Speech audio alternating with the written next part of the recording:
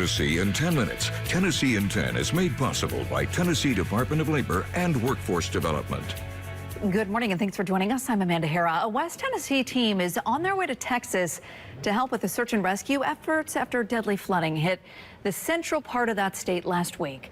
The Tennessee Emergency Management Agency partnered with the Memphis Fire Department to deploy a canine search and rescue team.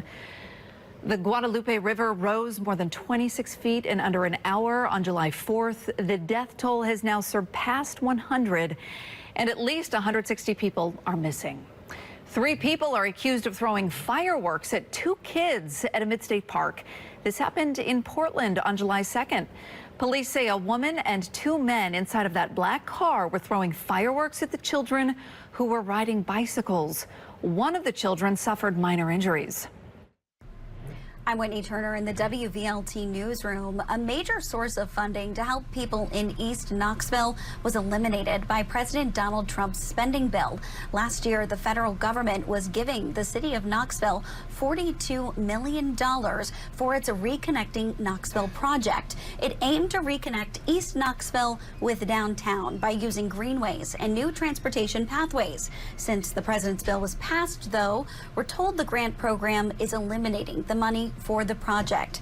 Ben Bentley with Knoxville CDC says they have not received official notice of the funding withdrawal, but they recognize the impact this decision will have on the city.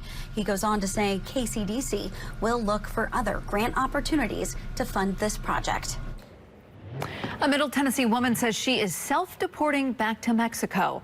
Carmen says she was a victim of violence there. She says she's tried to get legal status in the U.S. but hasn't been able to. Carmen says she now lives with the fear of being detained and deported, so that's why she's considering going back to Mexico on her own. I know some people that they are thinking on doing the same as me because of this situation. Before May, I was feeling really safety here in this country. Parte de mi vida he estado aquí. I feel that this is my home. I am not sure how it's going to be in Mexico. When you came here, it was out of fear. Are you afraid to go back? Sí. President Trump is encouraging self-deportation. He introduced a program to give undocumented immigrants free flights back to their countries plus a $1,000 stipend if they self-deport. Carmen says she's not sure if she's going to take the stipend, but she's already packed up or sold most of her belongings.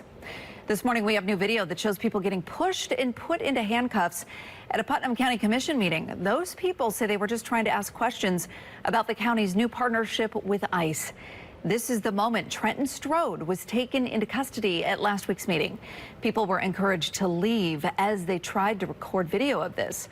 Strode is the vice chair of the Putnam County Young Democrat Party. He says it all started when he put in requests to speak about the sheriff's office's new partnership with ICE during the commission meeting public comment period. He was denied, said he tried to meet with commissioners after the meeting. That's when the sheriff's office accuses Strode of trying to aggressively move past deputies toward the county commissioners and make physical contact with them. I was intercepted by a Putnam County Sheriff's officer who deemed that I was a threat. It never happened. The one that was being assaulted was me. Aaron Kofer, another person at the meeting, was also charged. A commissioner says that this is still an active investigation, so he's not able to discuss all the details about the situation. Both Strode and Kofer have attorneys, and they're trying to get their charges dropped.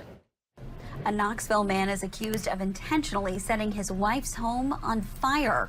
An arrest warrant states Roderick McAlpin was staying at the home on Larkwood Lane on Monday, even though a woman who lived there told him to stay away. The documents say he set fire to the mattresses in all of the bedrooms, then left with the family dog.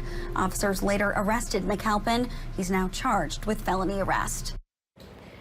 We're getting our first look at how Tennessee students performed on this year's TCAP tests. Most school districts across the state saw their highest scores yet, with gains in every subject. Most grades saw gains in English, with nearly a 4-point increase in proficiency. In math, every grade improved, with 6th graders leading the way. Science scores also climbed nearly 2 points statewide.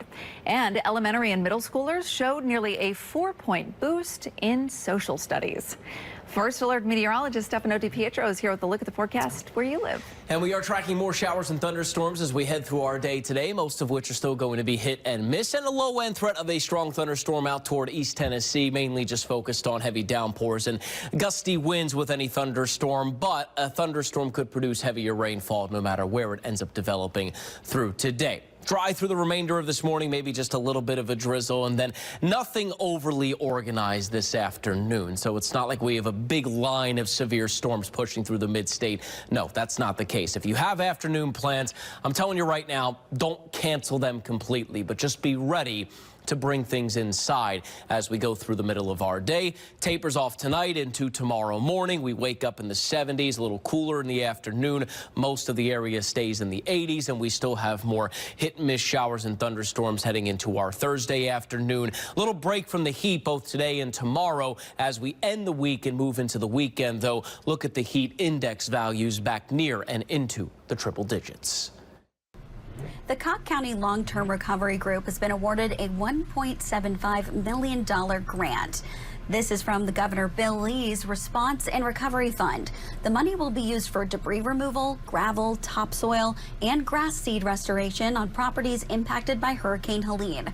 Group Director Spring Duckett says these are crucial supplies to continue the rebuilding process. It's a continued investment with about 3 to 5 years for a full recovery. County Mayor Rob Mathis says it's heartwarming to see the growth of the Long-Term Recovery Group since the early days of the storm. I remember this group, the seed for this group was 3 people and a telephone in the days after the flood up at the Emergency Operations Center. It was Michelle Lane, Julie Mason, my wife Missy Mathis. We're making phone calls to try to find partners to help distribute food, water, and clothing to the people in need across this county.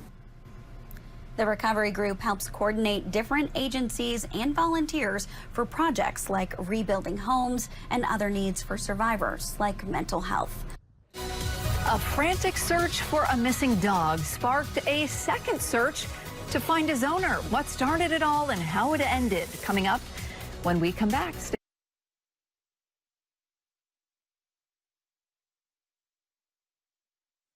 The Severe Animal Care Center says they're in crisis mode. They say they're over capacity and can't take in any more dogs. The center says they have more than 70 dogs right now. Some of them are having to sit in kennels outside the shelter. The center moved into its new facility back in May, which was meant to give more space to the animals. Intakes for canines will be closed at the center until July 29th. And to help make space, the center is offering half off on dog adoptions through July 26th. And a 63-year-old West Tennessee man with diabetes disappeared for nearly 24 hours while searching for his dog in the woods. Today, he's now safe. Stephen Roper and his dog Baxter were found in a heavily wooded and swampy area of Haywood County Tuesday morning. Authorities say Roper was in chest-deep swamp water when they found him. Roper is diabetic and was in need of immediate medical help when he was found. Several agencies worked together to find Roper and his dog.